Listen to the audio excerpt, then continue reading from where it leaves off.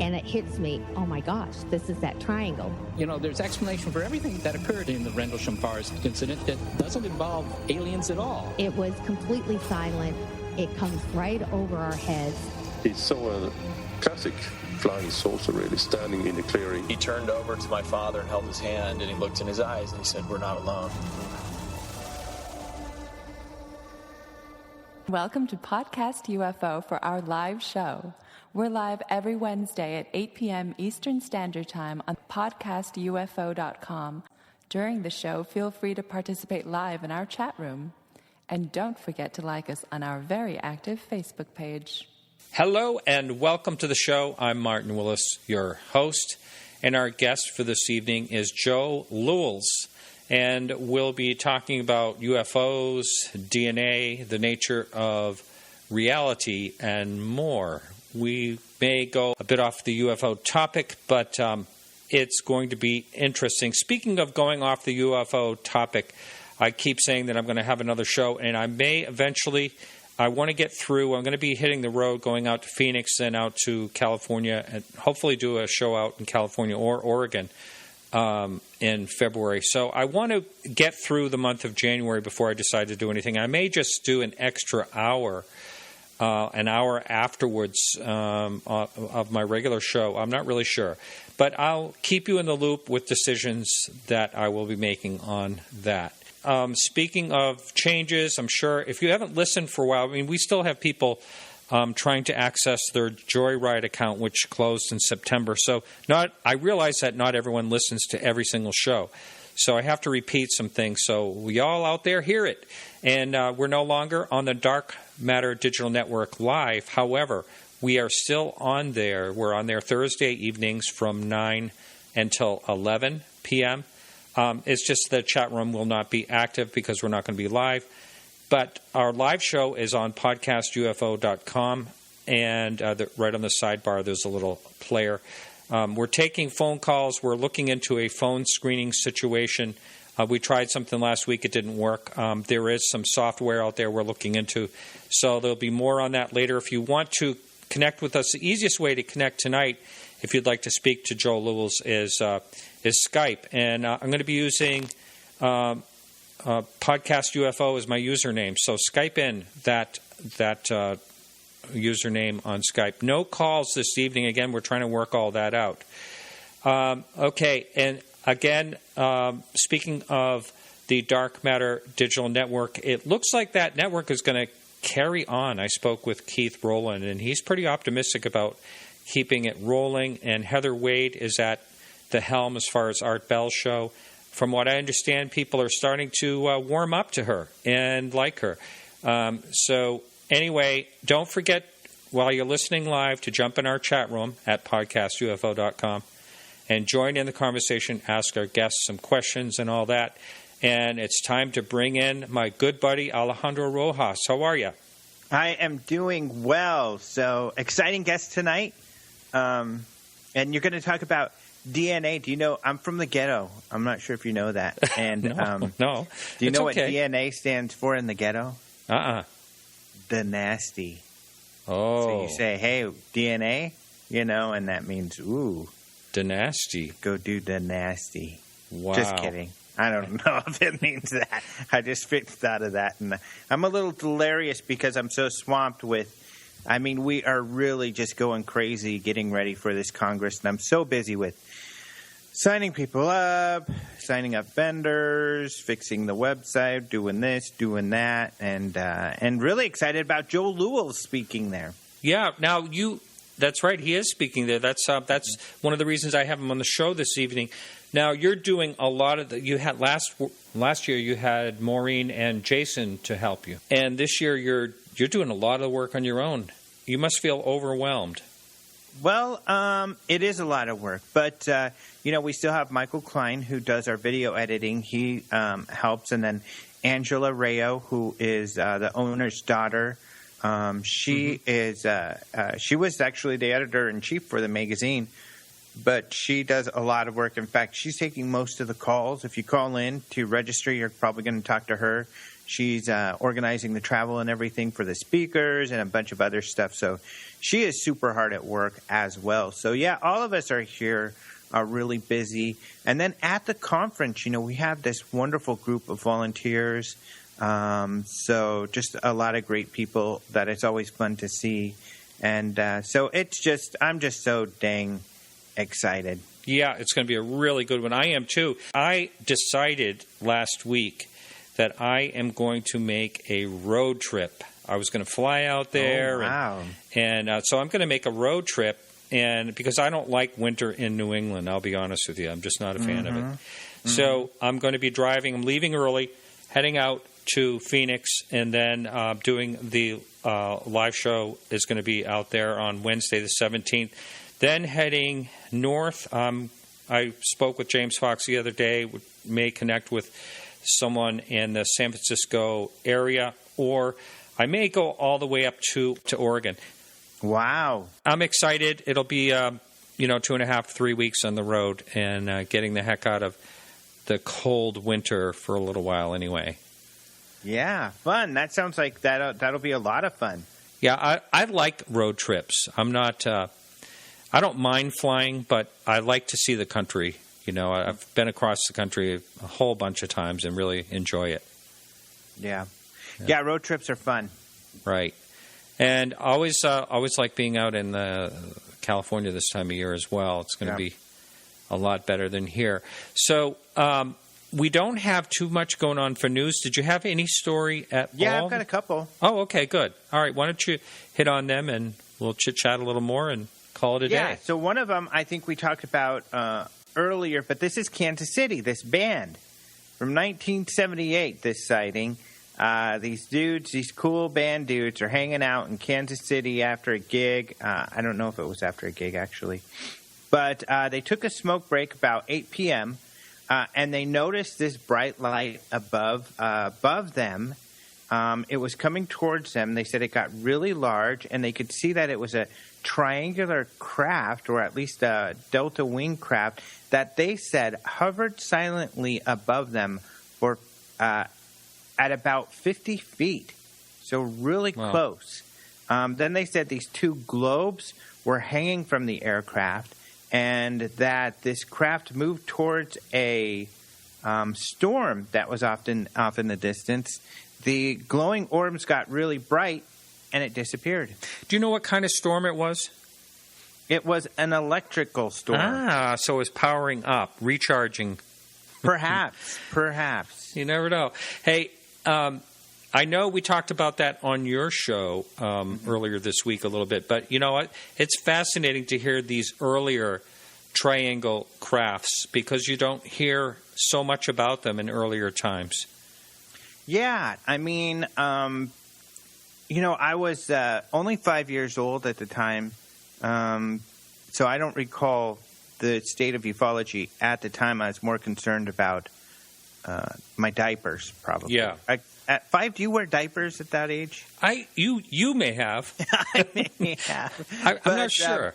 But you're right. In the 90s, triangles got really popular. Of course, David Marler is the expert on this, and he's found triangle cases going way back into the past. In fact, he's got this one from New Mexico that he talks about that he's researching right now. So you're right. It wasn't as popular then. However, triangle type craft are being seen so often these days. Right. And didn't you say that they stated that it almost looked like it went into another dimension, it disappeared? They said that it disappeared, and I think they did suggest that perhaps another dimension. But, it disappeared. And another thing, I guess there is a few accounts that I remember there was one desert sighting where I believe it might have been a landed UFO craft or some type of craft that people were seeing go in and out of view right in front of them. I don't know if you recall that particular case. No, I don't recall that one. But, speaking of the electrical storm and the lightning, you make a good point about power. I mean, it makes me think of Back to the Future and how they powered the DeLorean. But there's so much, energy in the lightning storm. Oh, yeah. These guys did think that perhaps the lightning was recharging this craft. And who knows? I wonder if that sort of technology is even feasible. And I don't even know if there are scientists working on harnessing the energy of a lightning blast right now. But that would make sense. Yeah, I know there's so much lightning going on. I mean, this is something Tesla you could think of would be working on or something like that. But there is so many. There's always lightning storms continually around the world. There's something like 100 lightning strikes per second, or 8 million per day around the world, which is quite amazing. Mm-hmm. Well, that means anywhere that if you had a technology like that, it would you'd be able to recharge anywhere. There is another case from Florida that we posted just yesterday. Oh, good. And, this is a video, and this person saw 4 spheres that he says were in a diamond pattern. The video, you can't tell much. It's pretty short, and you do see these 4 different objects, and we have some still photos on the picture of it. This was in 2014 that the person saw it, about 11 p.m., February 25th. And, the MUFON closes as an unknown. It almost looks like it possibly could be Chinese lanterns, but, there's not enough video to tell for sure. And the witness says that one of the lights went out of formation, went by one of the other lights, and then came back into formation. And he said that they were moving pretty quickly. He even thought they were moving as fast as jets, but that they were completely silent so that they weren't jets. So, here the witness testimony is what makes it sound like it wouldn't be Chinese lanterns. But unfortunately, the video, as usual, because it's difficult to get these lights in the night sky, it's difficult to tell. Now, was there any other witness corroboration? Not that I know of. Yeah. Not that was mentioned in this story. Right. I mean, when something like that happens, the first thing I think of is, well, why didn't they get someone? Or, is there someone local nearby? They could have said, hey, come on, check this out. But also, I know what it's like having my own sighting, that afterwards is when you said, I should have done this, I should have done that. But during a sighting, I think you're so bewildered that it's hard to, figure out what the heck to do. Yeah, I know. During my stare. sighting, at least one of my most, exciting sighting, that's all I did was stare, whereas at least one other person smart enough to run to the car and to get binoculars. Yeah. It's like, I having conversations with Ray Stanford. He never, ever goes out the door without a video camera and a camera with him. Mm-hmm. And he's actually seen, I think there's been 3 sightings he's had around Goddard Space Center. Wow. That gives me an idea. So... and it's just because I've been thinking about Doug Trumbull a lot, and he's got that UFOTOG vehicle, the Hummer, right, with all the camera and gear on it. Maybe instead of the next incarnation of UFOTOG being, I think they're doing like a smaller 3-foot round kind of disc. Right. Maybe it should be a helmet. So you have a helmet with all these cameras and this gear attached to it. So when you're walking around... At the mall or wherever. Yeah, wherever. Mall, outside, Then, as people are walking around, you would have all this telemetry on your head to capture.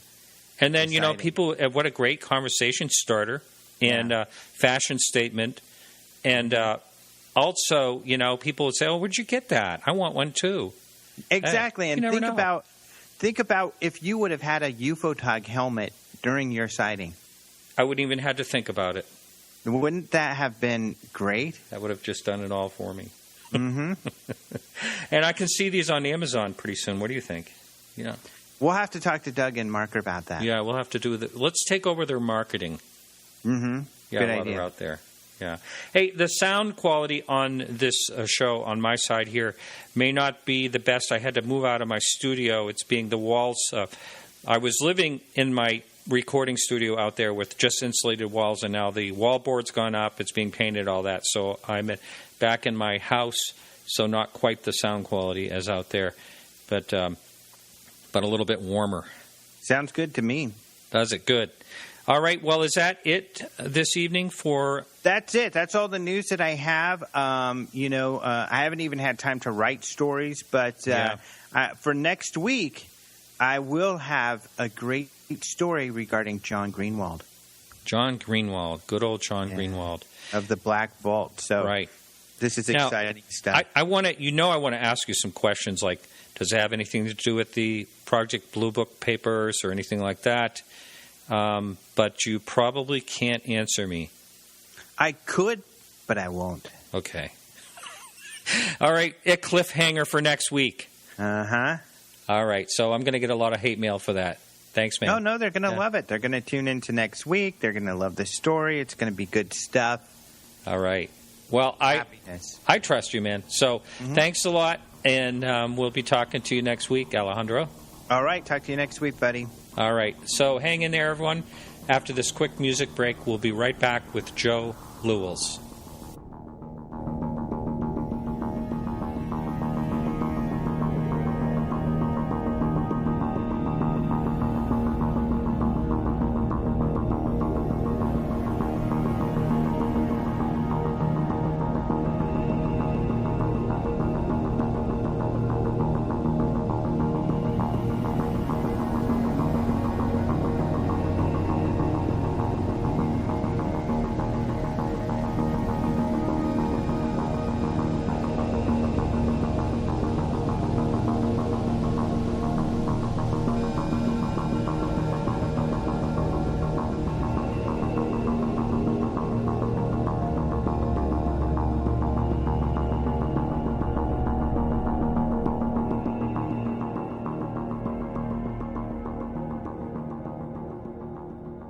Well, that music is part of a longer clip by actually a fan of the show that's sent a bunch of clips our way. His name is Bruce Rainier. Thank you, Bruce.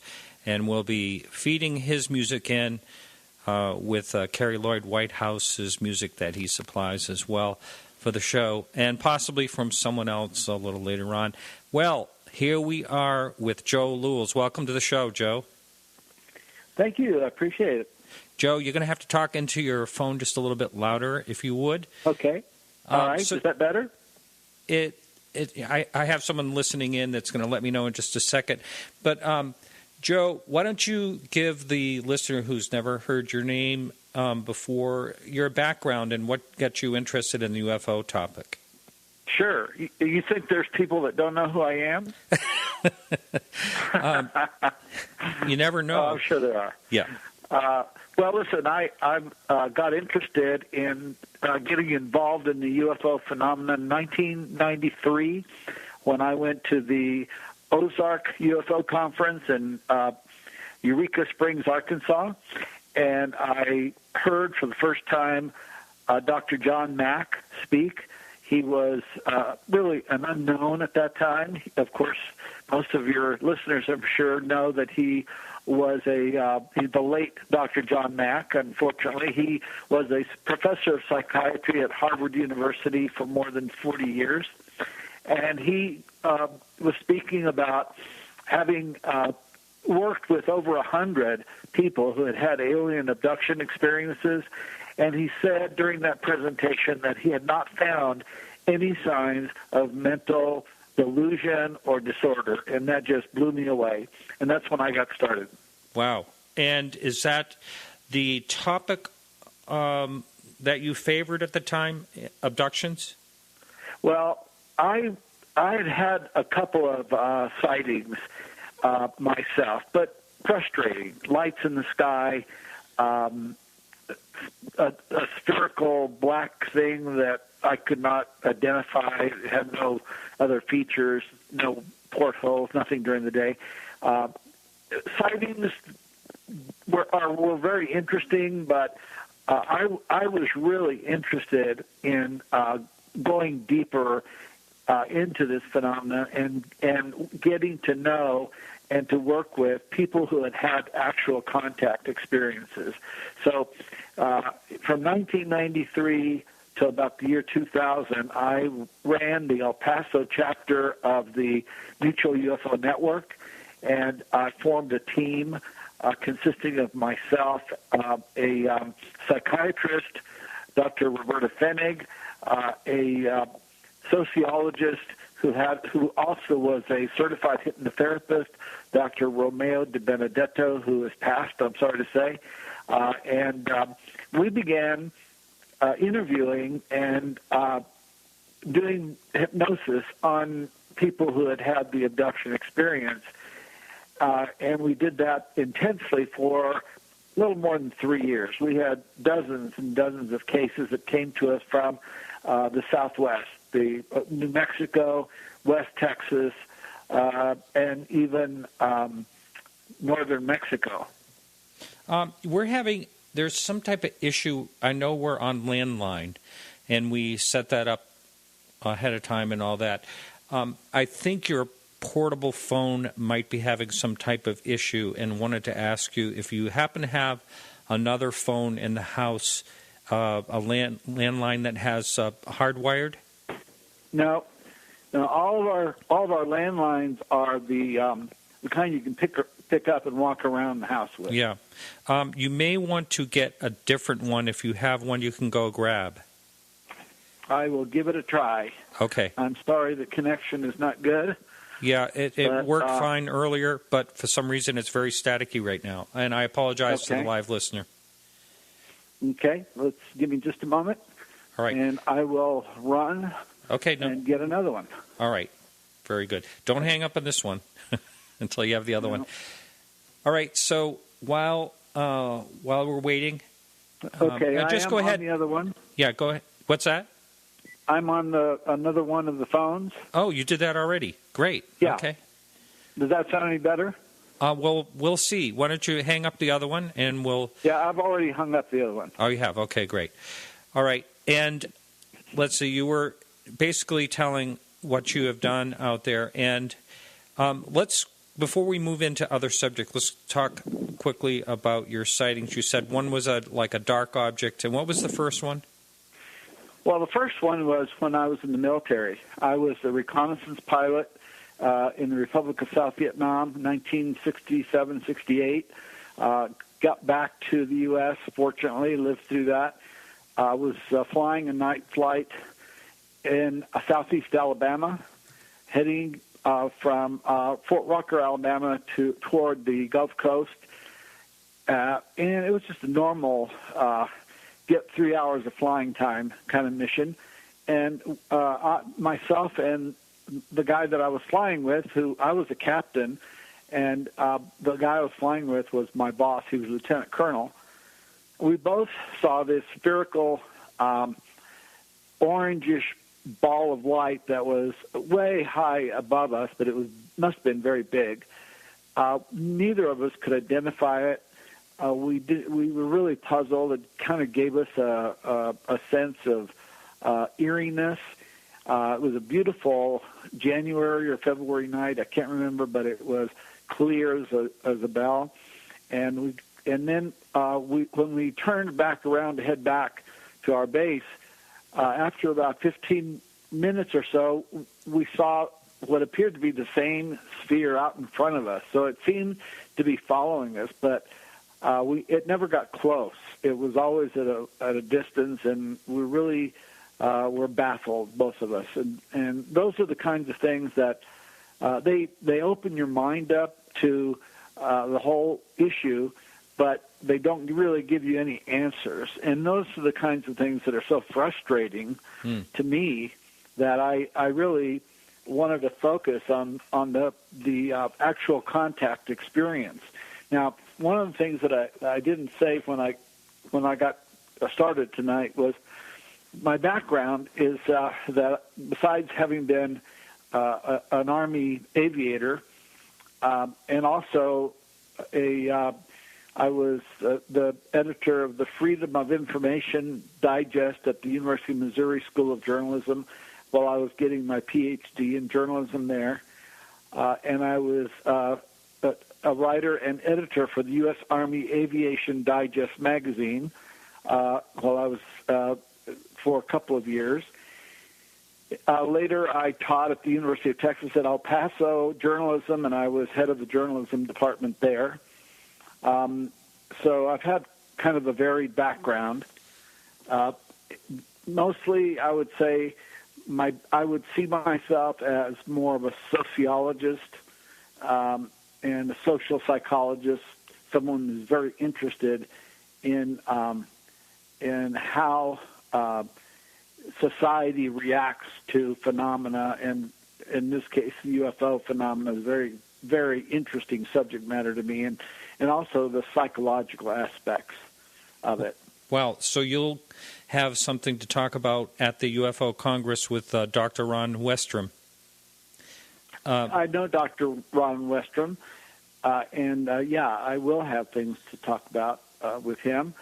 I think there's going to be some great speakers at this conference next month.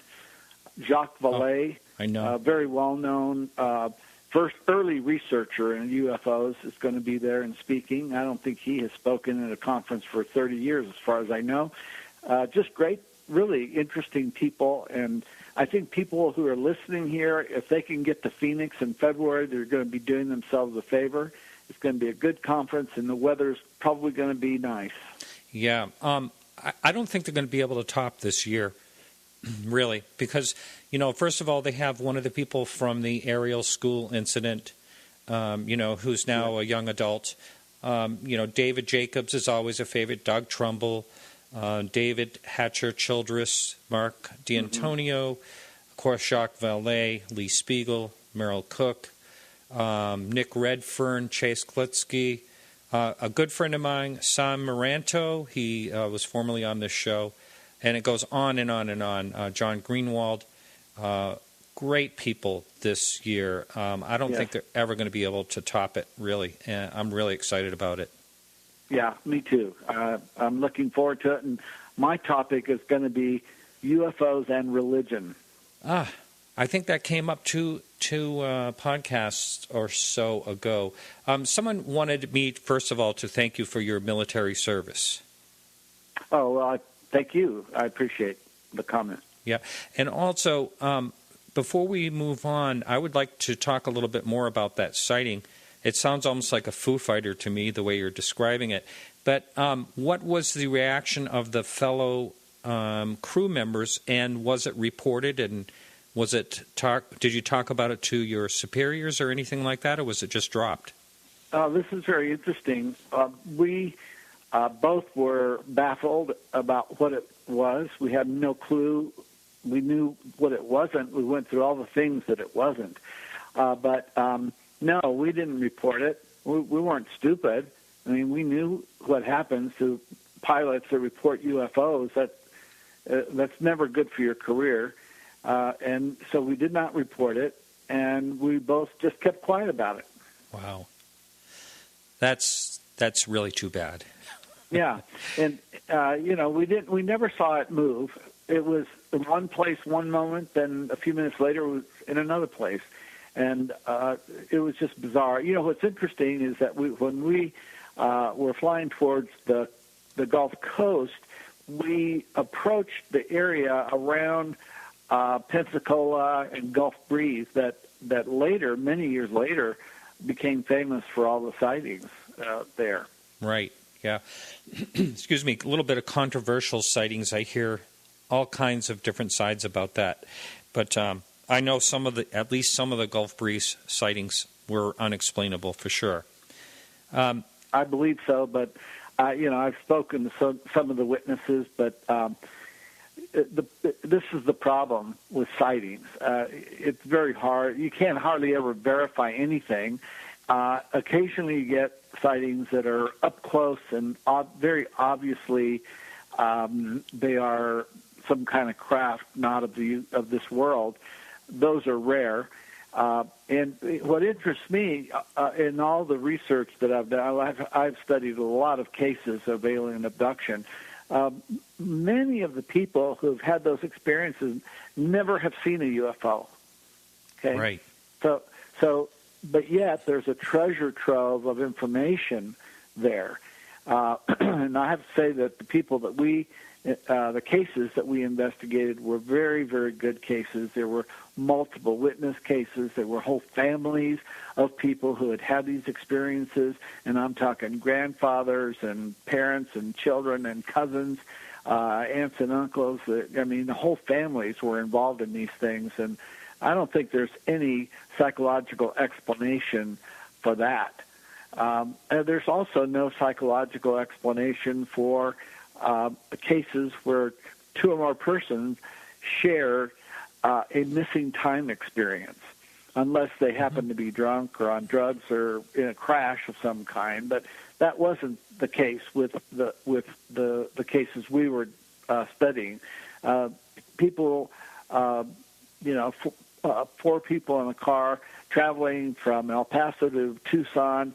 They had 3 hours missing time. All three of them verified that they had that missing time. They had a UFO sighting, and then 3 hours is gone. And we were able to do hypnosis on one of the individuals. The others weren't interested in doing that. And we really learned a lot about, what transpired during those missing time hours. And so we had really, really good cases of people who are not just honest, but they're people who are highly functional, people who professionals, executives, people who really in every way are sane and past the evaluations that our psychiatrist made of them. So, that was really the most important thing for me. We did not, as the MUFON group here, we did not go out chasing lights. We were focusing on the experiencers. They became our speakers at our meetings and became really good speakers. Some of them went on to speak at big conferences. So that was one of our goals, was to build up their self-esteem to the point where they could go out and talk about it to other people. Right. One of the things you hear, people will explain away all the abduction encounters or experiences as sleep paralysis, but then you have, the daytime things that happen, like you just mentioned, driving in the car, and that's not the only one I've heard about. Being in a car. We didn't, the cases that we had daytime experiences and experiences where they were with other people, and, a lot of childhood experiences where they were with other kids, and we were able to verify that other kids there also saw craft. And in one case that I relate in my first book on the subject, which is called The God Hypothesis, this 8-year-old girl was outside playing in the summer. It was summer, and they were out playing barefoot, and a whole bunch of them out there, and they all saw this craft that was hovering quietly above the trees nearby. It was dark. It was black. And then there's a period of missing time, and this one girl, the one that we were doing the work with, she is missing for 3 or 4 hours, and they called the police. There's a search party out looking for her, and then eventually she just walks in the house, and she doesn't know she didn't remember that there was missing time. She had no idea, but she had a big scoop mark in her ankle, looked like a deep mark. She didn't know where she got it. And it healed up within a couple of days, and it never hurt her. And she still bears that scar. And that's one of the telltale signs of the phenomenon, that there are marks, scoop marks, oftentimes needle marks, bruises, a lot of physical evidence that goes along with this phenomena. Sure seems to. I mean, you definitely hear about that, and there was someone showing at the conference last year some of the so-called scoop marks. They said exactly the same thing. Someone wanted to know if you were giving John Mack as an example, or did you ever have any connection or do any work with him? Oh, yeah. John Mack and I became good friends. After he spoke at that conference in the Ozark Conference in Eureka Springs in '93, that's what motivated me to start doing my own research, because I wanted to see if what I found was what he had found and what others had found. And we did. We found many cases right here in our own backyard that substantiated what others were saying about this. Ultimately, I was asked to speak at different conferences, and in '96, I believe, '95, or maybe it was '95 or '96, I can't remember. John Mack and I were both speaking at a big conference in Brisbane, Australia, and Whitley Strieber was there, and Jaime Maussan, and many of the big names in abduction research, and we really bonded during that week. And John Mack ultimately wrote an endorsement for my book, The God Hypothesis, and so did Whitley Strieber, and I really appreciated that. And then later on, I worked with John Mack on a couple of projects. One of them was traveling with him to Mexico to investigate some cases down there. We spent a week traveling together in Mexico City and thereabouts. Jaime Maussan of Mexico City fame helped us. He was with us part of the time. That was really interesting. He wrote about that trip in his second book called Passport to the Cosmos, and I mentioned it as, and I'm acknowledged in it. I helped by reading the manuscript and giving him some, critique, and then we were working together. Just before he got killed in 2004, he had asked me to work with him on giving a presentation at the Laughlin UFO conference in 2005, and it was going to be about the reptilians, and we called it the Reptilian Project. He wanted to come out and do a big presentation and write maybe a book about reptilians that appear in many, many abduction cases. He, myself, and Barbara Lamb, a researcher from California, who's had a lot of cases that have reptilians, we all were going to pitch in together with our data, and then we were going to present it at the Laughlin conference. However, we were going to meet in August of 2004 when he got back from the trip to London. Unfortunately, he was killed by a drunk driver when he stepped off the curb while he was in London, and we never got to have that meeting. But Barbara Lamb and I went ahead and presented our material on the reptilians at that conference in 2005 in Laughlin, Nevada.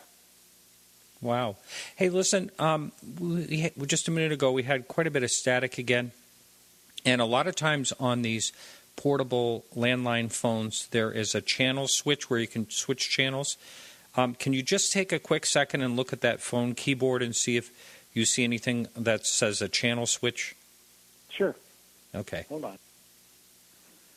And then we have some questions here. You know what? I see a noise reduction switch. Go ahead and try it. Yeah, we'd rather stay away from the static if we possibly can. You sound nice and clear right now. I pushed noise reduction. I don't know if that helped any. Yeah, I hope we'll just go along here. It's not bad enough to call you back on your cell phone, but hopefully it'll go away. The other button you were looking for was what now? Channel. A lot of times you can switch a channel on a frequency. Yeah. I'm sorry, but I do not see. That's okay. Anywhere on this phone, a channel. All right. Or I can switch channels. I'm sorry. No problem. I sometimes, I have a bit of a hard time sometimes when it comes into like the reptilians and all the different varieties and all that. But what is your, you just mentioned it just a minute ago. So what is your, and of course I'm not going to bash you or anything for your beliefs or thoughts or anything like that, but what is your thoughts on the reptilians? Well, let me explain that. From the very get-go, when we started doing our research and working with these I like to call them experiencers rather than abductees, because that abductee is such a negative term. In fact, a lot of these folks don't think that they're abductees. They don't like the term. They've learned or they somehow came to the understanding that they are participants rather than abductees. But we started getting reptilian cases almost immediately, okay? And, I continue to get reptilian cases referred to me. So this isn't a belief. This is information. This is data that has come to me that I compiled and I wrote about in my book, The God Hypothesis. I spent a lot of time on the reptilians in that book. And I went way back into the history of the human race and discovered that we've had a relationship with reptilian beings for millions of years, probably, but at least thousands of years. And they appear in the Bible, okay? They appear in the ancient Jewish writings that are outside of the Bible. They appear in the Dead Sea Scrolls. And there's plenty of reason to believe that there are sentient reptilian beings that have interacted with the human race for thousands of years. Now, someone up on the message board was asking if any of the experiencers see anything strange with the eye movements of these beings. If they see eye movement?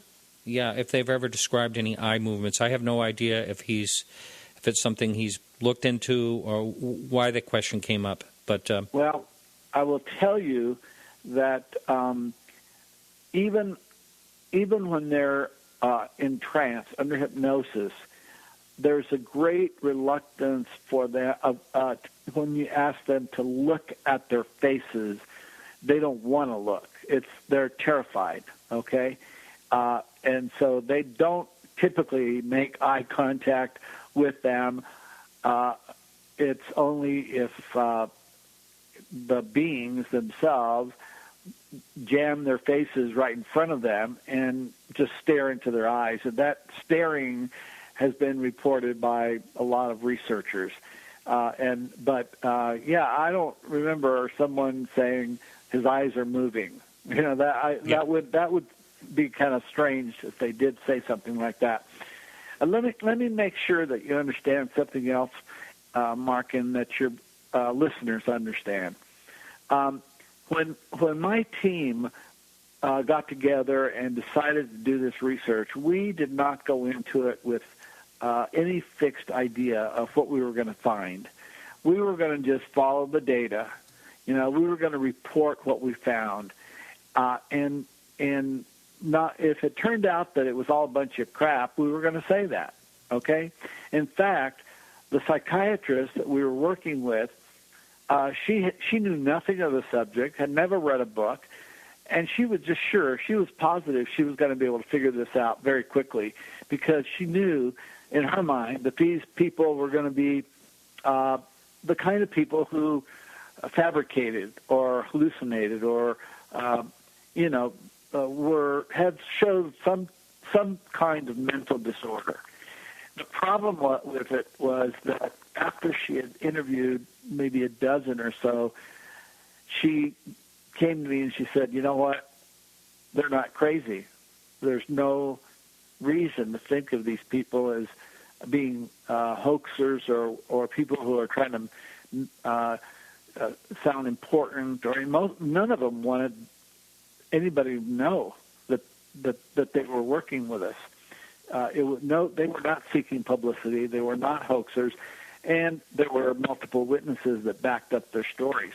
So, one of the first cases, for example, was a woman who had had experiences since she was a child, and she had a journal of what had happened to her. But the first story that she told us was the story that happened just recently in her life, that she had woken up one morning recently, and that she woke up in her nightgown lying on top of her bed, but the bed was completely made up, okay?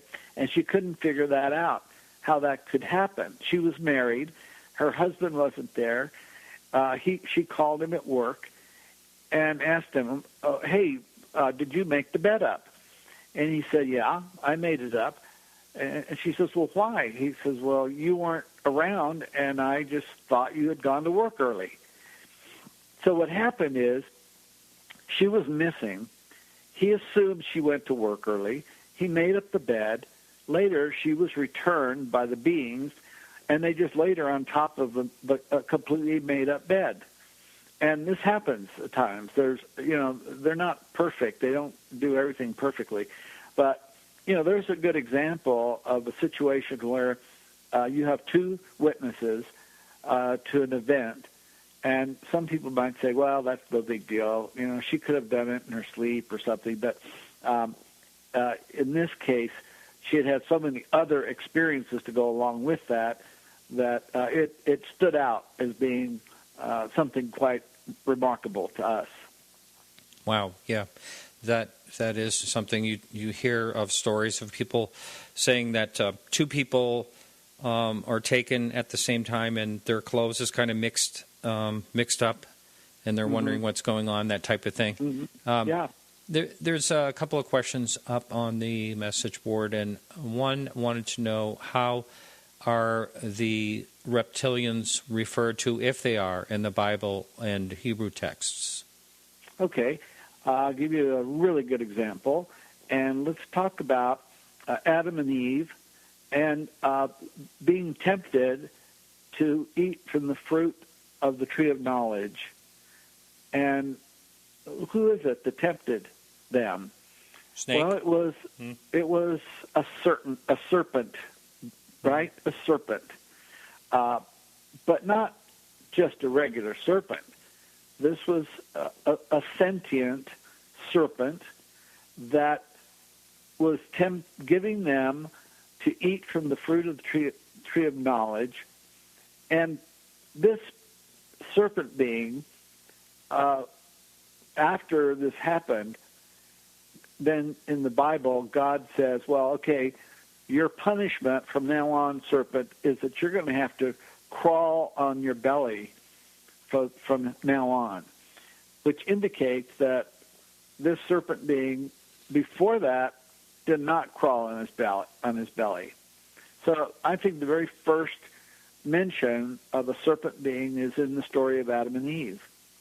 But there are others, and in particularly, there's a lot of there is an epithet in the Bible that you find in many places, where a person who's evil is called a son of a serpent. Okay, and there's also in the Dead Sea Scrolls there is a mention of a vision that a Jewish patriarch had, where he saw two what he called watchers, and the watchers are something we can talk about in a minute. These are beings of the angelic realm that they believe were of the angelic realm. And he saw two watchers who were wrestling over his soul. And one of them was human-looking, but the other one, he says, had the visage of a viper. So there's another reference in the Dead Sea Scrolls. There's other references in Jewish writings going way back 3,000 years or more. And then if you look at the writings of the Sumerians, in the Sumerian literature, the texts that are the oldest writings that we know of, they're in cylinder seals There are in clay tablets that are very, very old. There are drawings of the beings that were interacting with the Sumerians, the creator beings. One of those beings was called Enki, E-N-K-I, and Enki was considered the being who was responsible for creating the human race by intermingling the genetics of being ape men or monkeys or whatever was here on Earth back then with some of their DNA apparently to create the human race. And Enki, the Sumerian god, is depicted as a snake being, a serpent being. So I go through all of this in detail in my book, The God Hypothesis, and I would refer anybody that's interested in that to go there. You can get it on Amazon.com. It's still in publication, and I spent a lot of time on that. Let me just change the subject a bit here, Sure. if you don't mind. Yeah, no problem. Martin. It's Martin, by the way. Martin, I'm sorry, Martin. That's no problem. Martin, when we were doing our research and we were coming up with all this stuff, this interesting information about what happens to people when they're abducted or taken, we were getting information that was very similar to what the mainstream researchers were writing about. And I'm talking about Bud Hopkins and David Jacobs primarily because they became the go-to guys for alien abduction. They wrote a bunch of books and they have quite a following. But we were finding not only what they were writing about, which was the hybridization program where the beings are creating hybrid babies. We found that in many, many cases. But we were finding stuff that they weren't writing about. And those there's three things I call the forbidden R's of ufology. The letter R, okay? And those are religion, reincarnation, and reptilians. They weren't writing about those things. Those guys were writing about UFOs as if they first appeared 50, 60 years ago when the atomic age started, okay? They were writing about it as if these were aliens from another planet that were here trying to take over the Earth, etc. A very negative view. But they weren't talking about reptilians, and they never mentioned that. They weren't talking about anything to do with religion going back thousands of years, which we were finding. And thirdly, they weren't saying anything about reincarnation. And I just never could believe that they weren't getting cases where people were remembering past lives, because as soon as we were working with people under hypnosis, they very many times they would spontaneously go to a past life that would help to explain to them why this is happening to them. And Joe, just 1 second. We're getting static again, and I'm wondering if you are near any router or modem or anything like that. I'm trying to figure out why this would be happening on your portable landline. Are you near any the computer? router is on the other side of the house. Okay. What about a computer or anything else? I have a laptop nearby. Yeah. Okay. Did you just move? I wondered if you can move maybe perhaps to a different chair or something like that. Yeah. Okay. We'll give that a try. Is this any better now? No, it's actually no. Okay. Pretty, yeah. It's these phones, It's just terrible. That's why I always prefer to use my cell phone. Yeah, well, we may have to switch to that. We may have to switch to that if that, if this keeps up. Well, I'm so sorry. I'm at a loss about what to do about this. Yeah, right now it sounds pretty good, so we'll just keep going on. And I'm not sure if you remember exactly where you were just then. Yeah, I was just saying that we found that we were getting a lot of information from our subjects that was not being reported by the other major abduction researchers. And we finally concluded that because we kept getting the same stuff coming up over and over and over again, having to do with past lives, reincarnation of the soul, and the issue of the ancient nature of this phenomena and the intervention that these beings did in the long ago past in human evolution to create the human race. We were finding this in many cases, and none of that was coming up in the writings of the two major researchers. And ultimately, we had to come to the conclusion that they were just they were either for whatever reason they were not reporting those things. They were putting those things in the trash can, or they didn't want to talk about those things because their theory that this was an alien invasion, beings from another planet that got here 50, 60 years ago, would be totally debunked if they started talking about these other things. And I think what another part of it is anytime you as a scientist or a researcher of any kind, that you go into your research with preconceived notions of reality. And, I believe that they simply had a preconceived notion of a material world. And that was it, okay? And we didn't. We just reported what we found. And what we found opened up new avenues of understanding the UFO and the alien abduction phenomena. Now, when you, just a minute ago, you started talking about the 3 R's, did you go through that entire? Yeah, there was the 3 R's. These are the forbidden R's of UFO research. Those are religion, reincarnation, okay, and all right. I'm sorry. Yes, you did. Yeah. Now, we are going to break at the top of the hour just in a second. But one of the things I wanted to talk to you about was if we can go into the subject of DNA, because I know that's part of... very interesting topic. Yeah. So why don't we get that started? All right.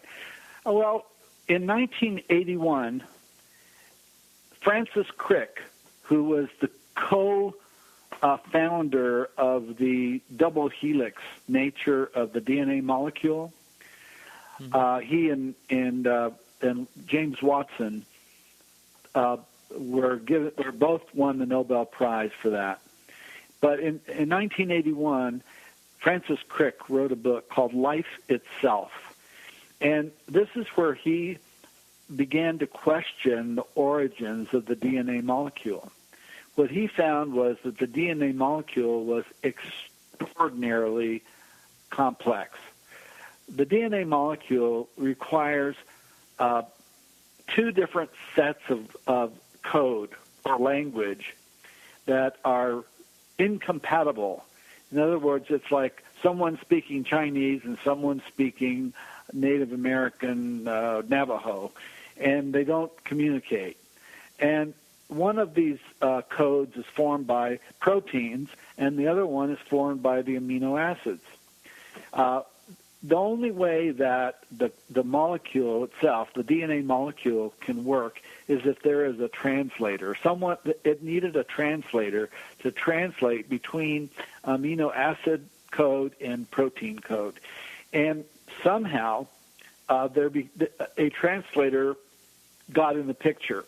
And the translator were enzymes. Excuse me. I'm not a scientist. I'm not a chemist. I'm just repeating what Francis Crick found. And he said, that's so complicated that it is impossible for that to actually have appeared by accident on this planet. He said that it would be impossible. He did a computer study to find out what the odds were of a molecule that complex forming by accident, and he found that the odds against that ever happening was a number so big that it would be equal to the number of atoms in the universe. Oh, jeez. So he said it was not an accident, okay? Somebody made the DNA molecule, or possibly if it ever did evolve, it wasn't on this planet, because DNA has not changed in the billions of years that the planet has been around.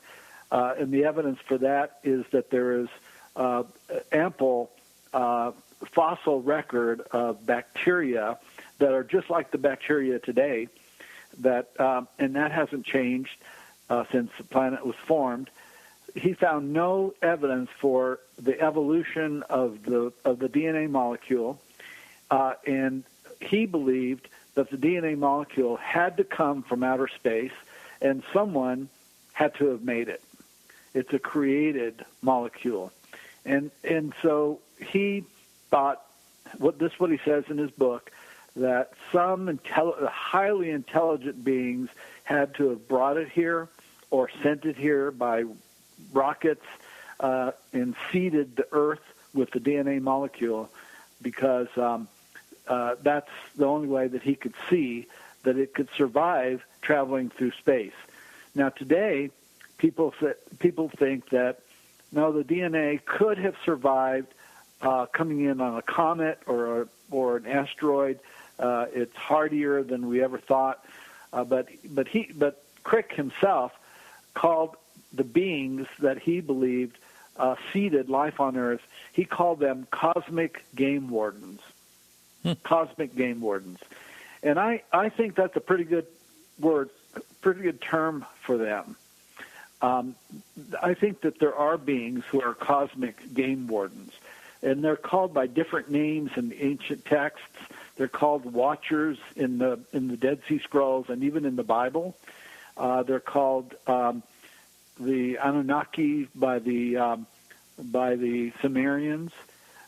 There are all kinds of terms that are used for them. Even the term sons of God are mentioned in the Bible many, many times as being beings who were created by God and not born of women. And these are angelic or just higher beings than humans. So in my second book, called Rulers of the Earth, Secrets of the Sons of God, I talk about the watchers and the sons of God of the ancient literature, and I make the point that today the beings that are interacting with humans fit that description very well. One of the things that really struck me was when, Whitley Strieber wrote the book Communion, right? Yeah. And that book was a bestseller on the nonfiction list of the New York Times for 10 months. Wow. It affected people worldwide. I'm very fortunate to be a good friend of Whitley Strieber.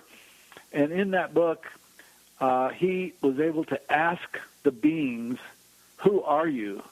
And the answer that he got just chilled him to the bone, because the response from them was, we recycle souls. Yeah. Wow.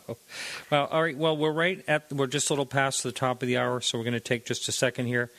And thanks for this so much.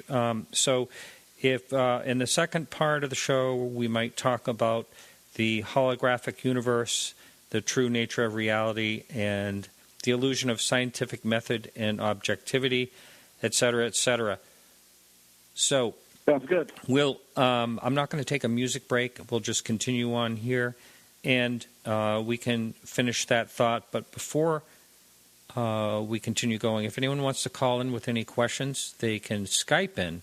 We're going to get a phone situation lined up. But if you want to Skype in, it's simply Skype username, Podcast UFO. Just type it in, and go ahead and Skype if you'd like to Skype in a question. If you want to join in, if you're listening live, you want to join in on the message board, it's right on the website, and you can pose a question to our interesting guest here. So I think that, there's a lot of things that kind of point to panspermia in one way or another. And recently, I think it was just last year in 2015, there were these little tiny orbs that appeared like they may have come into orbit and down through the atmosphere that were kind of unexplainable and had a possibility. There's, I think in England, there's a professor there in a university that thinks they may be extraterrestrial. Have you heard about that particular one? No, I haven't. I'm just not aware of that. Yeah, but I think there is certain things are just hard to kill. Bacteria has survived in space. Things could easily travel the cosmos and from planet to planet, and could seed, say, a solar system. Is very possible, I think. Absolutely. And, NASA has already announced twice that they have discovered fossilized bacteria on 2 different meteorites, one from Mars and one from, nobody knows from where. Yeah, that was back in Clinton's time, wasn't it? Yeah. And it's funny where that kind of died down. And to me, I think that if they have... there's a discovery there is actually life no matter what from another planet, it's a real big deal. But that you just don't hear much about that. Of course, there was a lot of controversy about that from skeptics that did not want to accept that as at face value.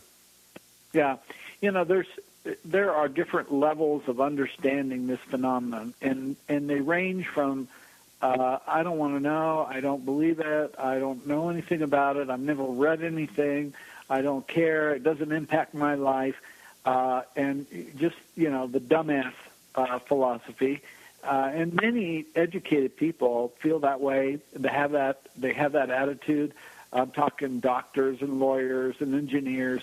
And basically, it's like they don't want to know, and they think they're skeptics because they think that if it were true, that they would be in the loop. Right. They would know about it.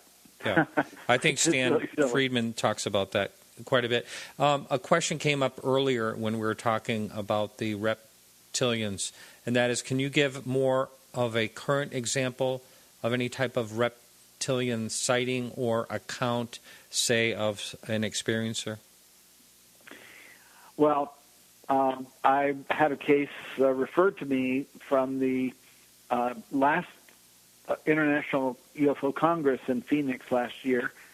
A woman who lives here in town, she didn't know about me, but one of the researchers there in the experiencer group recommended me to her. And we've had a number of conversations. We've done a psychiatric evaluation with our psychiatrist, and we ended up doing a hypnosis session. And what came out of that was that she learned that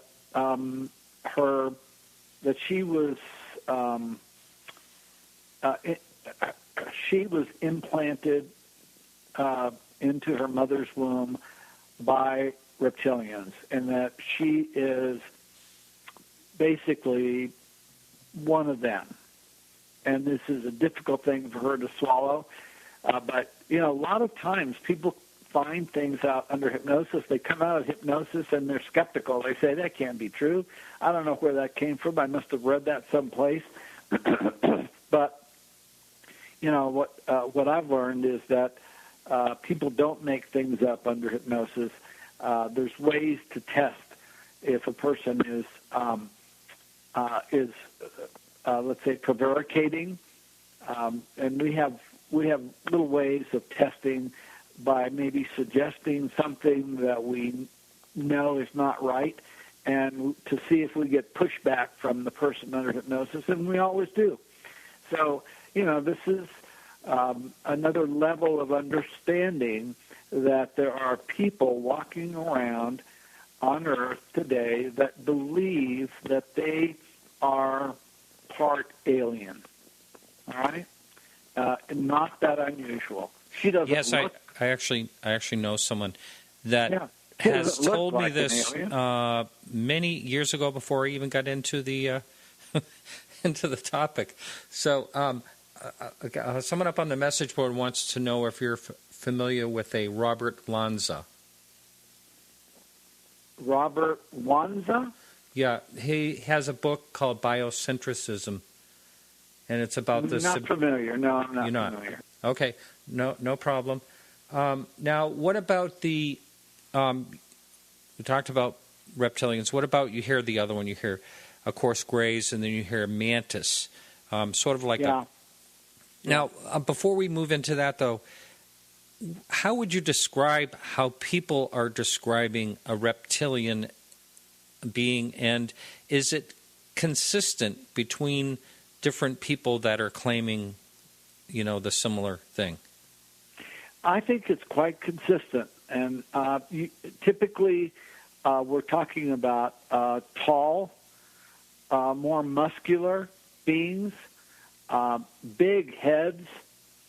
And I had a woman when I was in Australia, we did a hypnosis on a woman that was from New Zealand who found herself lying on a operating bed in a huge hangar-sized facility. There were many of these operating beds in the room, and at each one there was a human that was lying there, and next to the human there was reptilians that were doing the procedures, and she called them triangle heads. And the reason she called them that is, from her perspective, lying on the bed, she was seeing their profile. And so we're talking about beings that have snouts and they have golden eyes with vertical slit pupils. A lot of times they refer to them as cat eyes. And there's also in some cases there is a sexual component, and I'll just say that about it. Yes, but I've heard other people say that they were engaged actively. I've heard other people say that. I had one case that Dr. Mack, just before he died, was going to do that reptilian project with me and Barbara Lamb, but we didn't get to see his data. So when we gave our presentation, we just gave our own data, and Barbara Lamb has tons of it. But just so happened that I got a chance to talk to one of John Mack's subjects who had a reptilian experience, and it was very coincidental how this happened. But I got a hold of her. I talked to her just before the conference. She told me about her experience and how there had been like a portal that opened up in her bedroom at one night, and a reptilian came out. She was paralyzed.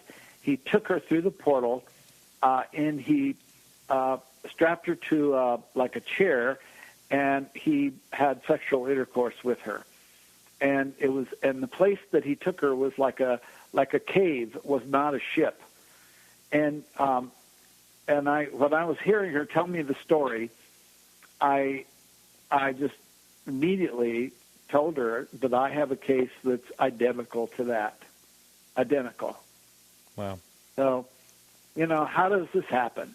I have a case here in El Paso. This woman lives up in the East Coast, and they both have the same story to tell. Yeah, that's one of the more baffling things. Speaking with someone like Denise Stoner and Kathleen Martin, people that are doing research at the level of consistency, the commonalities between people that are claiming, whether they're here in this country, high class people, whether they're say more on the poverty level, or they're in another country, and they say the same things. And it doesn't have to do with sleep paralysis or anything like that. No. They'll describe sleep paralysis that concept is really has nothing to do with this. Yeah, people are paralyzed; they can't move, but it's not what is commonly known as sleep paralysis. They're wide awake, they're not asleep, and there are beings standing next to their beds.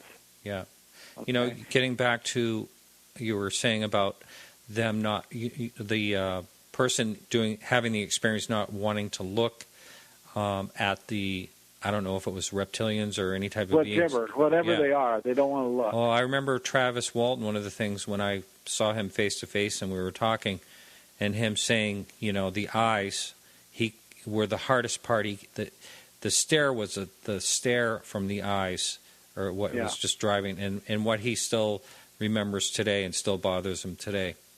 Yeah, very powerful. Really, looking at them in the eye is not what you want to do when you're with these guys. It's too powerful. Yeah, that's kind of what he says, and to me, I think that's an amazing case. Yeah, I think it's one of the best documented cases for sure. Yeah, Yep. I mean, how many cases do you have where there was a police investigation and all the suspects had to undergo lie detector tests? Right. There's no other case like that. Yeah, and then for, I think, 15 out of 16 pass on the repetitive tests. There was one that came in inconclusive. There were only 6 or 7 guys that were involved. Right, but over the years they've taken tests over and over again, and I believe out of the 16 tests, only one came in inconclusive. Yeah, and which is really quite amazing. I mean, you would think that there would be some type of slip up or something with all these guys. If to me, I see that as one, like you said, one of the top cases. The Allagash, to me, is another one that I agree. I think that's a very good case. Yep, excellent.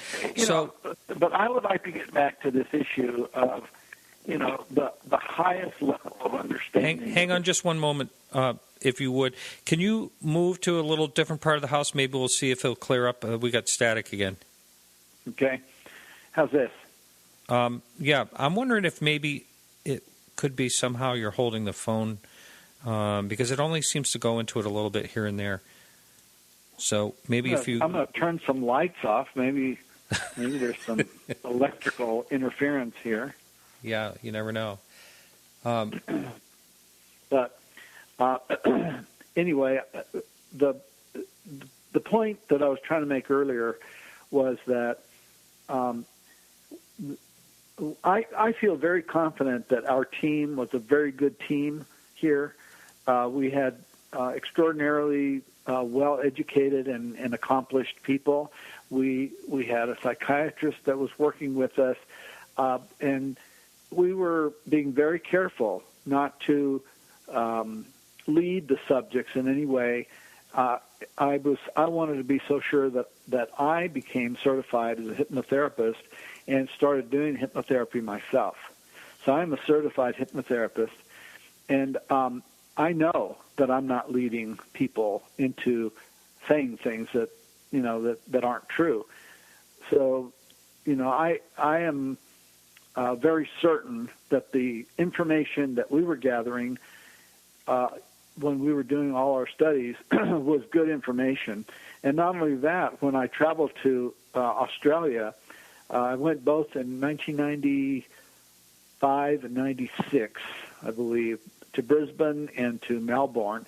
Was able to do some work with some people from Australia and from New Zealand, and we found exactly the same things. We found the same things. There was no substantial difference in the cases that we got. We got reptilians, we got the insectoids or the mantis kind, the grays. We got past life information. There was, and also the past life information seemed to provide the most healing for the people that involved. Because by remembering their past lives and their in-between lives, they remembered that they had actually agreed to participate in the hybrid program because it was for the betterment of the human race. Wow. Yeah, I'm not really sure where I go with any of the past life thing. Last time I said that, I did get some mail, but I just don't know how I stand on that whole thing. But anyway, it doesn't really matter. A question up on the board. Do you have a theory of the reptilians' motive for abductions? I think it's pretty much the same as the other beings. In fact, in a number of cases, we have the Greys and reptilians and the insectoids, or whatever you call them, all working together. They're all in the same abduction. They're on the same ship or wherever they're taken. I've heard that people say that before, that they've seen the different types of beings. I think that they're also involved in genetic experimentation. They are creating their own hybrid races for whatever reason. I have a case here in El Paso where the woman has seen her hybrid reptilian child and is okay with it. Well, one of the things I said. Oh, go ahead. Finish your thought. No, I'm just saying that this is not just one or two cases. Okay, this is not just something happening here in El Paso. This is happening all over the place. It appears to me that what we're looking at is an attempt to create more, how can I put it, a new type of human that is more in tune with the earth and with its animals and its plants. I think that these beings are very worried about what's happening to the world, to the earth, and I think that they're more worried about that than our individual rights.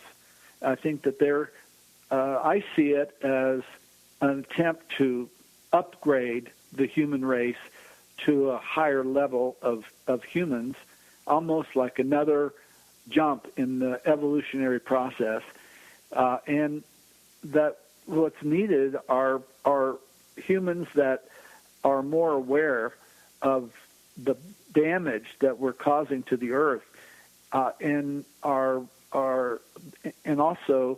the pointlessness of wars and the craziness of creating nuclear weapons and testing the nuclear weapons in space is just horrible. So yeah, I think these beings are totally distraught about what humans are doing, and I think they're going to try to upgrade the human race.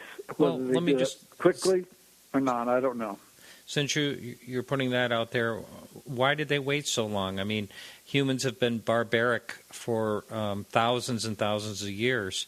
Well, it's only been recently that humans have been able to have the capacity to destroy all life on Earth. With nuclear weapons. That's right. Nuclear, biologic agents, all kinds of ways.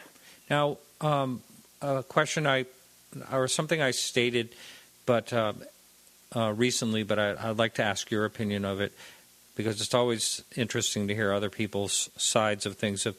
If there is indeed, say, in just our galaxy alone, the possibility of millions and millions of planets harboring intelligent or life, why would we be so special? Well, I think life anywhere is special. And the Earth is special because it's got the perfect conditions for life. And I think they find all life precious. This is a tough place, a tough universe for growing life and to developing it to the point where we have gotten. And the conditions are so harsh in the universe. No in space. There's no air. So here we have a planet with all this water, and we have land masses that we can live on. It's a great planet. I think it's a jewel that they want to protect, and I think that's their job. They protect the Earth.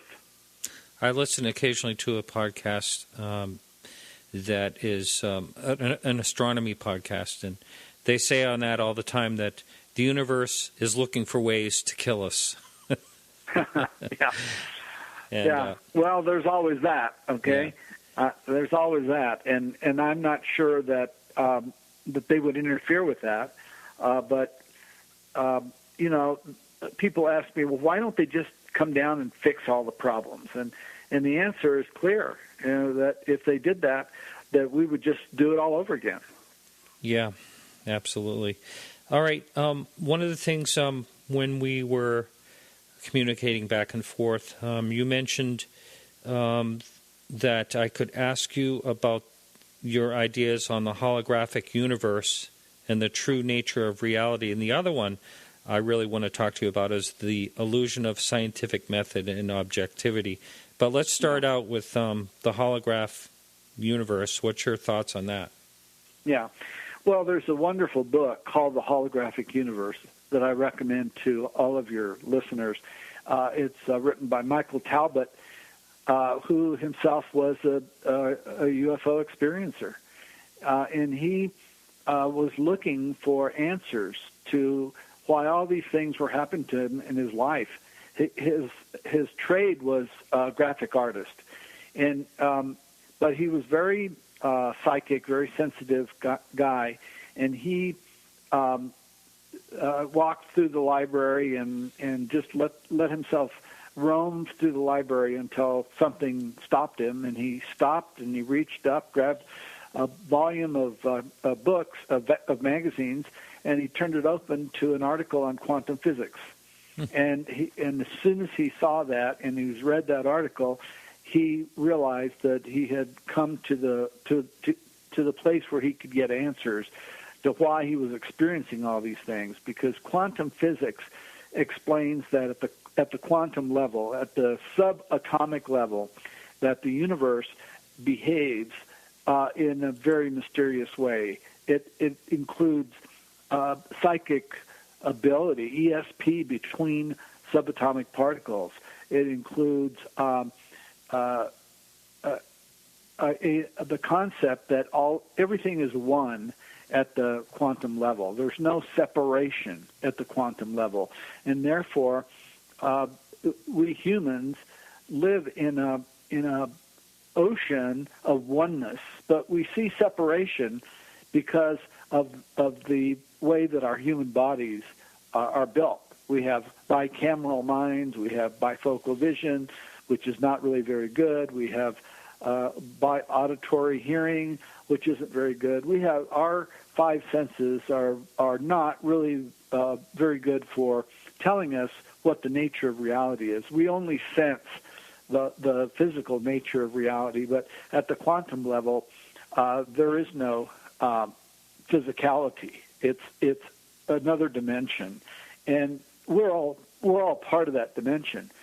That's what is meant by the holographic universe. I explain it much better in my book, but oneness, that is the key. Now, that relates directly to the scientific method, because the scientific method depends on everything being separate. In other words, if you are a scientist following the current scientific method of testing the world around you, this is the way you think. Okay, I am separate from what I am investigating.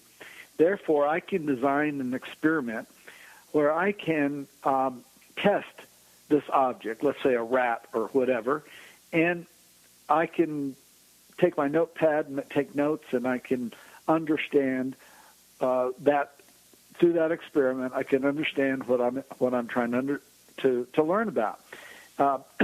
This is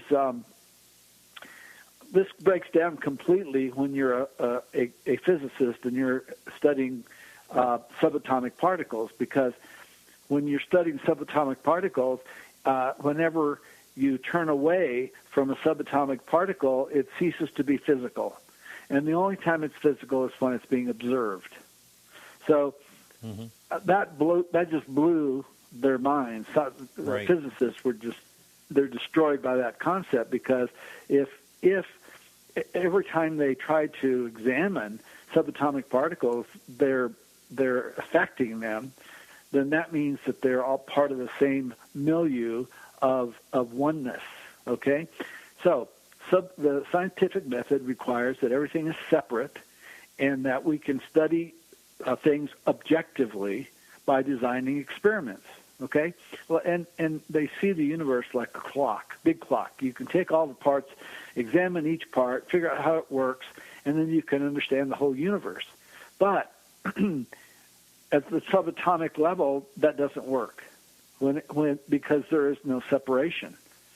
And without separation, you can't be objective. Every time you look at something, you're affecting it. So, that really negates the possibility that the scientific method is valid. What it tells us is that every time a scientist designs an experiment to study something, he is injecting his own consciousness into that study. Okay? Mm-hmm. He is part of what he's studying. He may not realize it, but he is. So this was in the very first textbook on quantum physics, written by one of Einstein's proteges by the name of David Bohm, that's Bohm. David Bohm states that in the old physics, the scientific method requires everything in the universe to be separate, but the new physics says that there is no separation. Therefore, the scientific method is an illusion. Okay? Well, he's right. But the problem is that even now, this book was written in 1951, the first textbook on quantum physics. But even now, science is still using the scientific method because they don't want to accept the truth that we're all one, that everything is one, and that we're all part of that oneness because we're all made up of subatomic particles, right?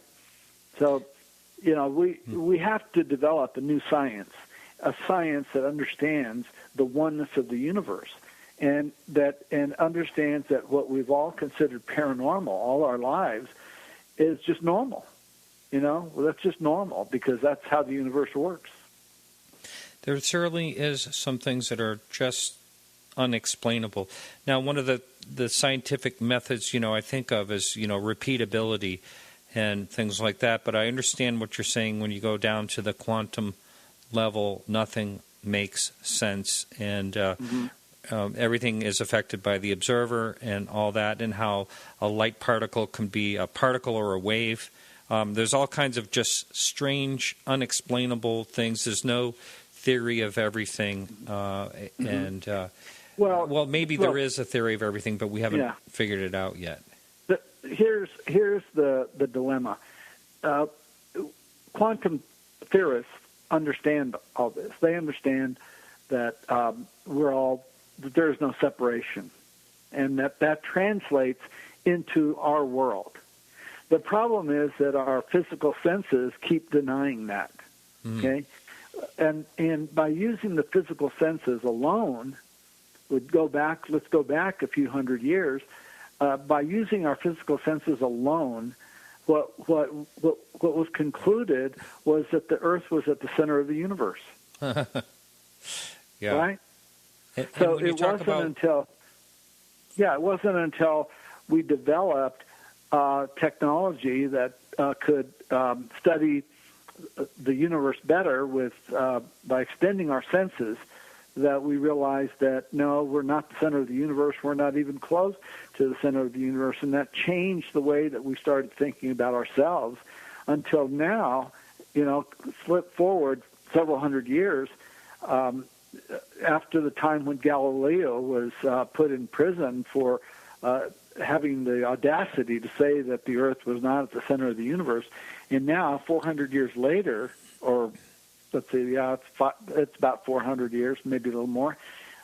Now we have the Catholic Church owning observatories. They had been in the observatory business for quite a long time now. Right. They have scientists who are Jesuits who are running their observatories, and they are very interested in finding other planets outside of the solar system.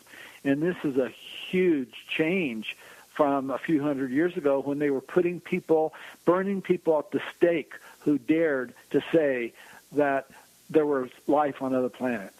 You just reminded me of something. There was some news today that in our solar system, I guess out past Pluto, there is signs of a possibility of a new planet discovery of something even larger than the Earth, which will be interesting to... would it be in our solar system or out of our solar system? It's in our solar system, outside of Pluto, I believe. I'm going to read more. And it's a very interesting... I just saw that subject and glanced at it before I started the show. Well, there's something else I hadn't heard about, but nothing surprises me any longer. And if Zechariah Sitchin were still around, he would be quick to call that new planet Nibiru. Yeah, it's coming in the orbit. The 2,600-year orbit. Anunnaki are back. Yeah, that's right.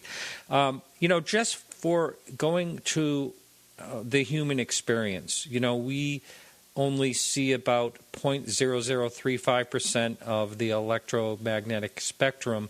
So just for, physically seeing things, never mind our other senses, there's so much that we're not able to observe. Just to add to the mix of what you were saying earlier about the scientific, observation. Well, that the latest, most powerful telescope on Earth is in Tucson, outside of Tucson. It is a binocular telescope that is. It's not owned by the Catholic Church, but it is used by the Catholic Church occasionally to search for planets outside of the solar system. It has an infrared camera that was made by a German company, the Max Planck Institute, and it is able to pick up in the infrared range planets that, things that we can't see with our regular vision. And interestingly, the name that the Max Planck Institute gave this infrared camera is Lucifer. Oh, that's pretty funny. How about that for irony? Yeah, that is funny. Is it? I think it's Mount Graham, that the observatory for the Vatican. That's correct. Yeah, there's in Arizona. A bunch of different. It's very, very well equipped. Yeah, there's several different observatories there. One of them is owned by the Catholic Church. The Catholic Church also owns an observatory in Italy, but they rent space on the binocular telescope, and and they are very, very interested in extraterrestrial life. And I'm going to be talking about this at the conference. And in my opinion, I think that they have seen now, well, the error in their ways going all the way back to Galileo, that they were on the wrong side of the argument there, and they don't want to be on the wrong side anymore. They want to use science to help them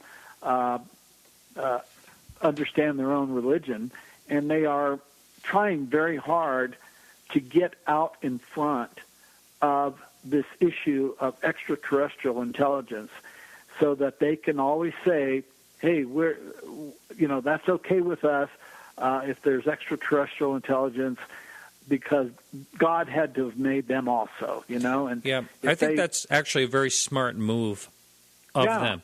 Sure. You know, because it's bound. They're not going to get caught like they did before, you know, because science overtook religion and the church lost all of its power.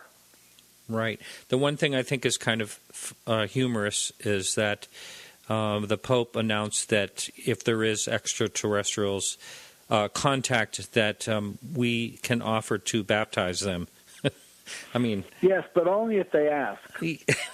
That's right. Only if they ask. Yeah. I don't know why I think that's funny. I just think it's kind of funny. Well, I mean, if you think of it in terms of the history of the church and what, you know, it was about 400 years ago in 1615 that the Catholic Church burnt at the stake a philosopher, priest who was named Giordano Bruno, for daring to say that there were people living on other planets. Wow, I'd never heard that. Yeah. So is that the first church account has made known? a big turnaround. Now, other religions are not as involved in the search for extraterrestrial intelligence, but and they don't have a hierarchical structure of the way that the Catholic Church does. But I can tell you that theologians everywhere are aware that we're finding new planets almost every day, and that the general conclusion of the scientific community is that there's life out there, and that's a huge change from just 25 years ago. Definitely is. So I personally don't think that if life has actually confirmed, discovered intelligent life, that the world's not going to fall apart like predicted. You always, just a few short years ago, you'd say, that would crush religions, it would take down the morality of society and all that. I personally think that in different ways it could bring us closer together, possibly to. I personally would like to think that we're not alone. Yeah, I think that over the last, say, 25, 30 years, in general, people have gotten accustomed to the idea that there's probably life out there. And it's been a gradual thing that is still going on. The problem is that they don't see that affecting them. They don't see how it affects them personally. But should there be disclosure by governments, and there sure is a big effort by a lot of people to get governments to make that disclosure. Should there be that disclosure that not only is there life out there, but it's here, then I think it might start affecting people in strange ways. Someone brought up the subject of the Dyson sphere, the hypothetical megastructure around a star to gain its power. Do you think that's possible that there's some of them out there? I'm at a loss. I'm not really sure what that is. It's a hypothetical. A scientific hypothetical that if society gets up to a certain level, they'll harness the power of their sun by creating a sphere around the sun to collect the energy from it to use. The reason I thought it was a kind of an interesting question to put up on the message board was recently you may have heard about I'm trying to remember what it was. Some star had like a possible megastructure around it. Did you hear about that? Yeah, I did hear about that. I'm not sure what's developed from that. I haven't heard anything lately either. They're saying that it's most likely not comets was the last thing I heard, which was a possibility. I just think that we have plenty of ways to get energy from the sun without resorting to something gigantic like that. You know, we have good solar point. panels. Let's use them. You know, let's get everybody on solar panels. Yeah. That would be way off topic from UFOs, but I agree. Yeah, I'm for anything that prevents us from continuing to use fossil fuels. That's right. Yeah, which you talked about earlier, the possibility of us being stepped up a little bit so we don't harm our planet, and that's one of the things you do hear a lot from people that claim they've had some type of communication with beings, and going back to what I said earlier about the Ariel school encounter back in the 1990s, where all those young children, 65 or more of them or whatever, had telepathically heard more or less the same message. You know, you're hurting the earth, you're destroying the earth, you know, be kind to the earth type of thing. That's something you hear a lot. And I say that what happens to people who have had the UFO experience, the contact experience, is that their consciousness is elevated. No matter what else you say about it, you know, no matter how many times they were probed and had experiments done on them or whatever, their consciousness is elevated. They become aware that the universe is a lot bigger than they ever believed, and they start reading books that have to do with quantum physics and ancient civilizations, and you know, it puts them on a track of exploration that they wouldn't be on if they had not had that experience. Now, this is really interesting because I've never heard that before. I did hear when I spoke to the gentleman from the Allagash incident. Every one of them, all four of them, changed their lives in different ways. One went into mathematics. Another went into a different type of creating and artistic works that totally changed. Computer graphics and stuff. That's right. But you don't really hear. I want to hear more of that if you have other instances, because I haven't heard that before, that it elevated. I have heard that some people say that they have different talents that they didn't have before and stuff like that. But well, I think a lot of people who have had that experience and are willing to deal with it. Some people, you know, they don't want to. They really just don't want to deal with it, and they're determined that it's not going to change their life. One guy told me, he says, you know, I love my life. I play golf 2 or 3 times a week. We travel. I don't want to change my life. I don't really want to get involved, even though he's being taken, you know, regular since he was a kid, and his kids are being taken. He didn't want to change his life, so it's optional. But a lot of people, when they realize what's happening to them, you know, they start going to UFO conferences, and that is a big way to elevate your consciousness.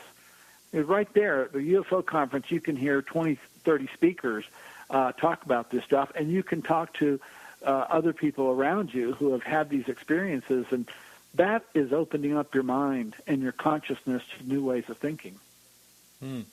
Yeah. Now, in your life, your day-to-day activities and stuff like that, do you talk? Do you kind of keep this as a private part of your life, or do you openly talk to people about your theories and thoughts on these type of things? Well, this is the deal, Martin. The people that we kind of hang around with, doctors and lawyers and, you know, professionals like that, and they don't want to hear about it. You know, when I've tried to talk about it, they just, not interested. So I'm never really, the only time I've had people to talk to about this here in El Paso was when I was running the MUFON chapter. And that was great, but I got burned out after 8 years of doing that. So in my daily life, it's really, you know, not a topic of conversation very much. I'm, you know, I have my library of books. I have my office. I've got my computer. I'm preparing for this presentation I'm going to give next month at the International UFO Congress. I used to speak a lot more than I do now. I kind of backed away from it for a while, particularly after John Mack was killed. He was such a strong person to represent the subject. Mm-hmm. And with him gone, it seemed like the discussion had kind of diminished back to the alien invasion thing. And I just kind of backed away from it. Only recently have I started going out and speaking. I had the last time I spoke at a big conference, I think, was 2008. So it's been about 7-8 years, and I'm looking forward to this. But I probably am not going to do more than one conference a year. I'm retired. You may not know this, but I'm 71 years old, and I'm one of the old guys. We need new people coming into this. Yeah, that came up when I was speaking with Jan Harzen, that a lot of young people are not really getting involved. When I go to the conferences, I see that for the most part, although they're mixed in.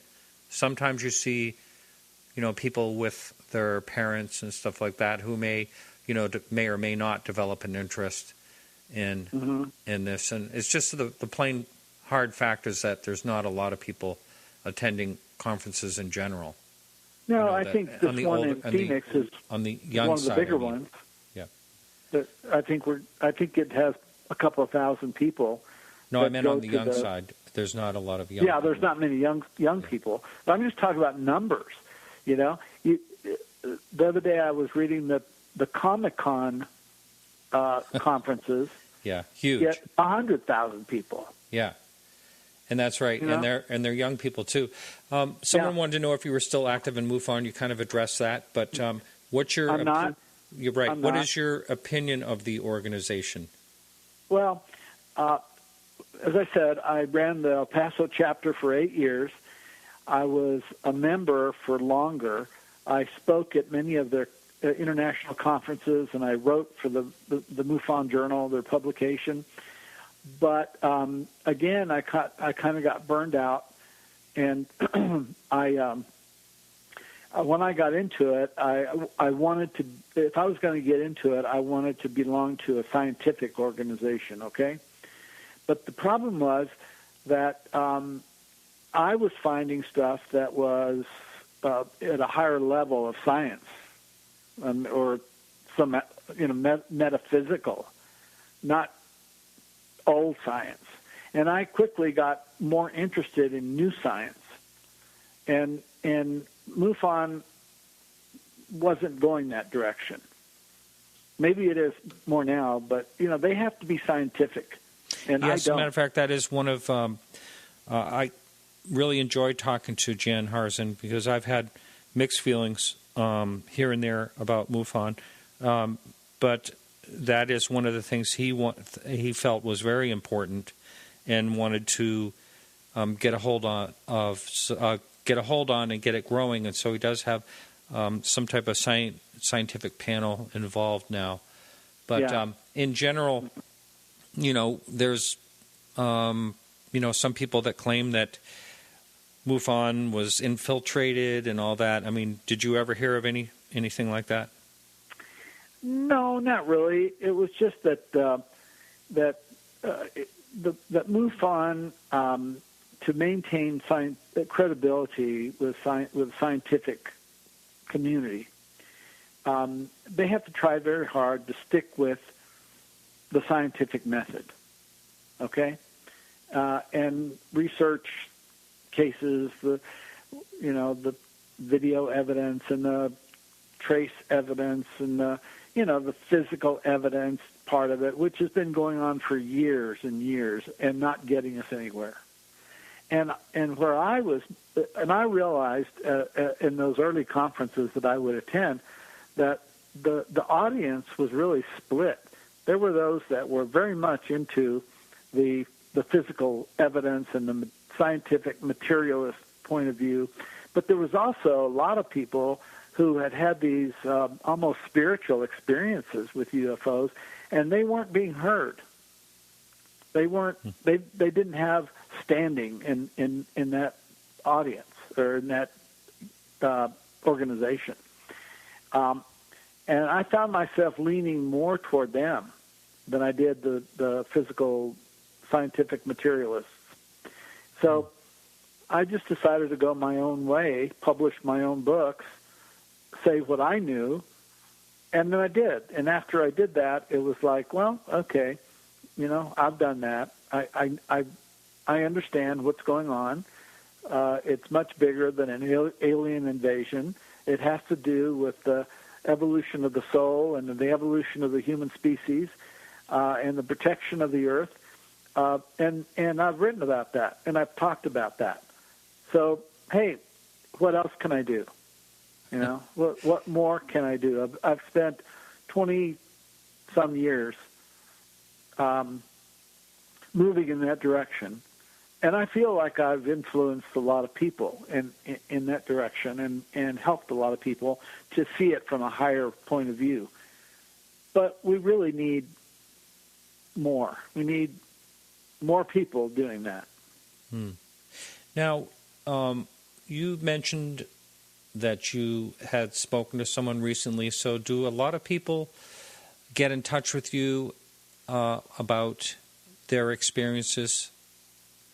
Well, I occasionally get someone who calls me and wants to talk to me about it, but that's because I've been out of it for a while. And when I was involved in a bigger way, we were doing all that research. Well, we were getting referrals from all over the place, but once I backed away from it, I really stopped almost altogether.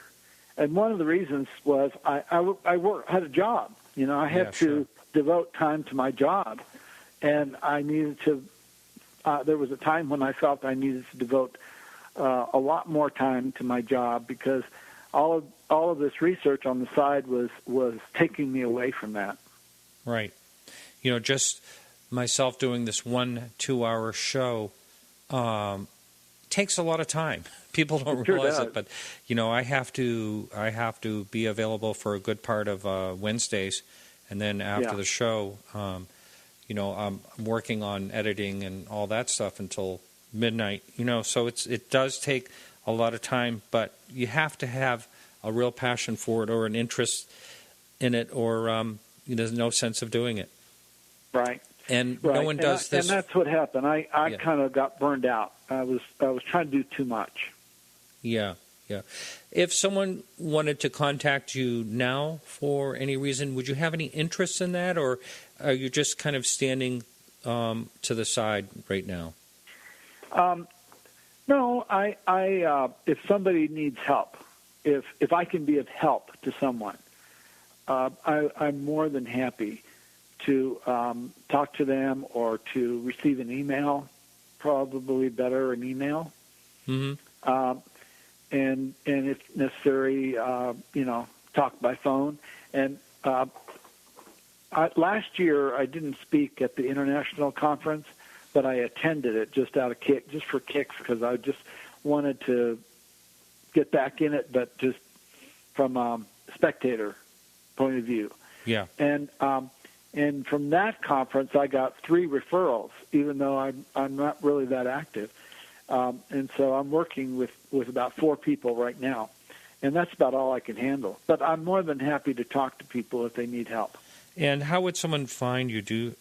I can't remember how I found you. Oh, Alejandro gave me your information is what happened. Yeah, Alejandro, the only other Mexican researcher. I guess it's me and Alejandro and Ruben Uriarte.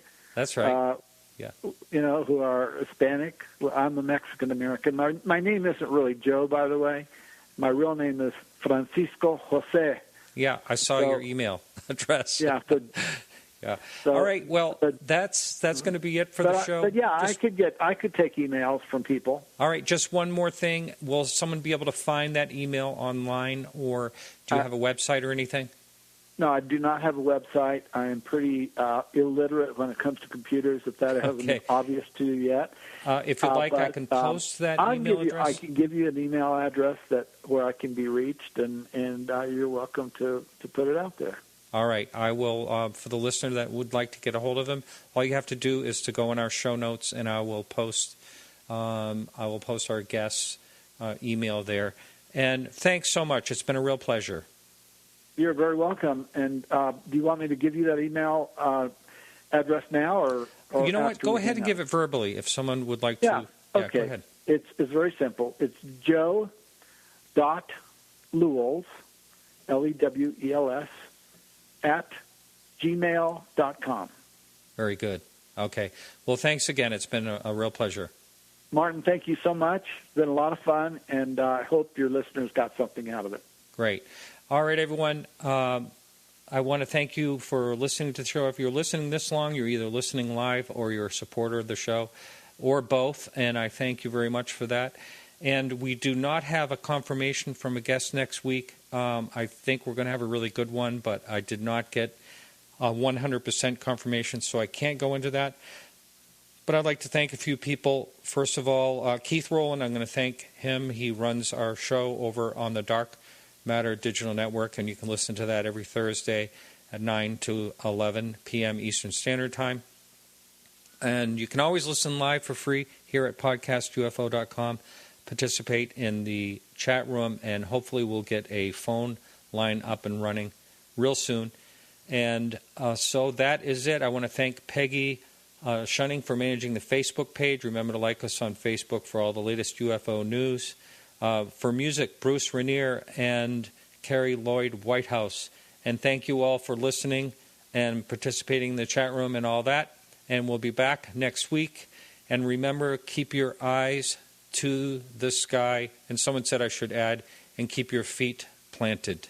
See you next week.